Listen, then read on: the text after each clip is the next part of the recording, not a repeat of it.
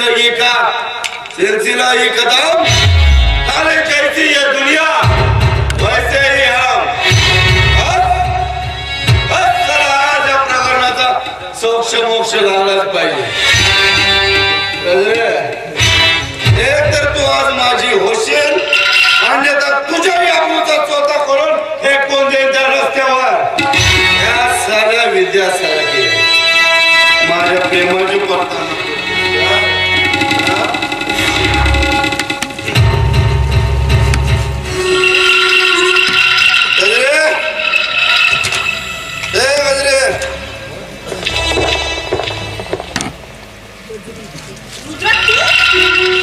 मी तुला सांगितलं होतं की पुन्हा या घरात पाय ठेवायचा नाही, तरी याला कशाला तुला न्यायला?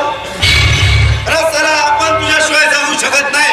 या कोट्याच्या एकाही पोरीमध्ये मला अजिबात इंटरेस्ट नाही। मला फक्त अभ्यास तो तो तो हे शक्य होणारच नाही।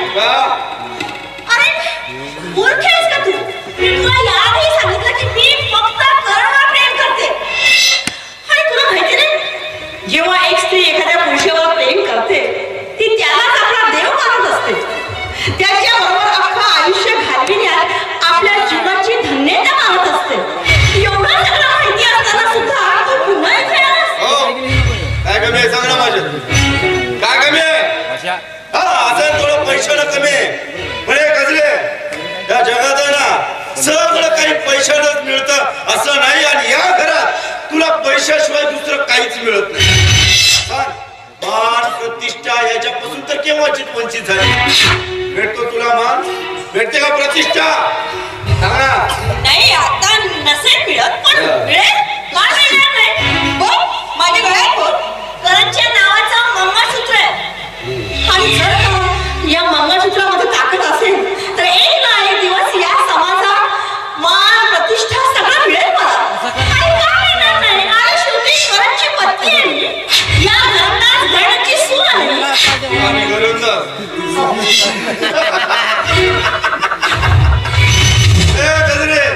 हा समाज तुला घरंदाज म्हणून मान्यता देणार आहे का? समाजातल्या सर्वसाधारण बदपायले करणाऱ्या बायकोला समाज उत्तर देतो तुझे। या समाजात जर सर्वात बदनाम कोण असशील तर ती तू, या समाजाचा सर्वात नीच कोण असशील तर ती तू। अगं किती चमूळपणाने वागण्याचा प्रयत्न कर, पण नरकातील किडाला विसरणार नाही हा समाज।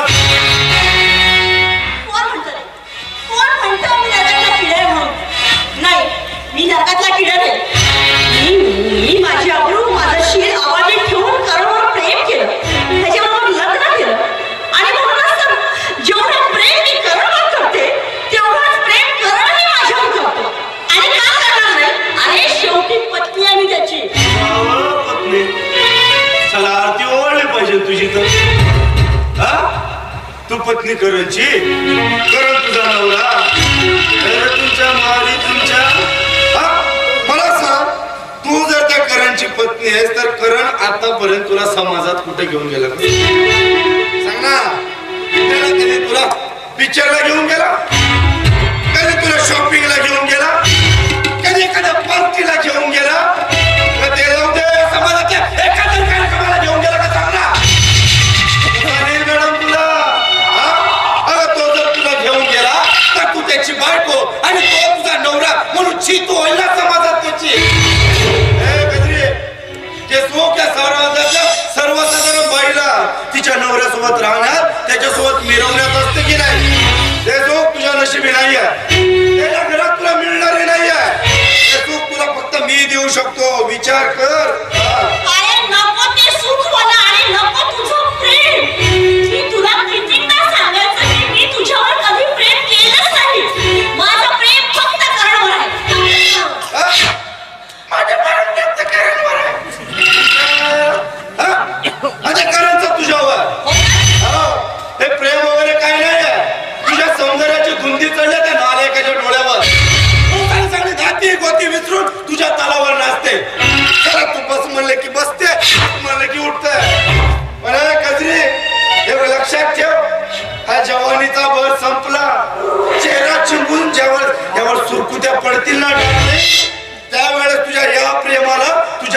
व्यवसायाची आठवण येईल आणि साला ज्या दिवशी त्याला तुझ्या व्यवसायाची आठवण येईल की नाही त्या दिवशी तुझा हे प्रेम तुला या घरातून उचलून फेकून देईल रस्त्यावर. त्या रस्त्यावर तुला साला कुत्राही विचारणार नाही. मला सांगते प्रेम होऊ दे. माझ्या बरोबर जे व्हायचं ते होऊन जाऊ दे. मी सगळं सहन करेन. पण मी कुठल्याही परिस्थितीमध्ये हे घर आणि करण यांना सोडून कुठे जाणार नाही. कुठेच नाही, अजिबात नाही. आणि त्या कोठीवर तर नाहीच नाही जायचं ना कोटीवर. ठरलं साला कोटीवर जायचं नाही. अरे चल माझ्या समाधावर हे विशाल जग आहे. या जगाच्या एखाद्या शहराच्या एखाद्या कोपऱ्यात राहू सुखानं समाधानानं राहू तुला सगळं काही देईन. चल माझ्यासोबत आहे.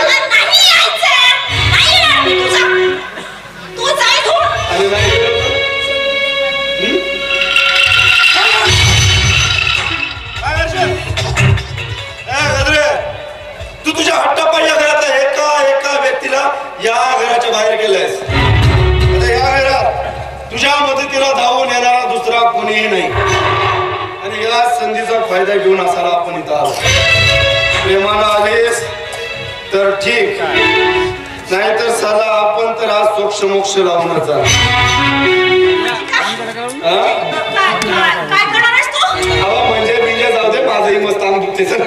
नाही, मी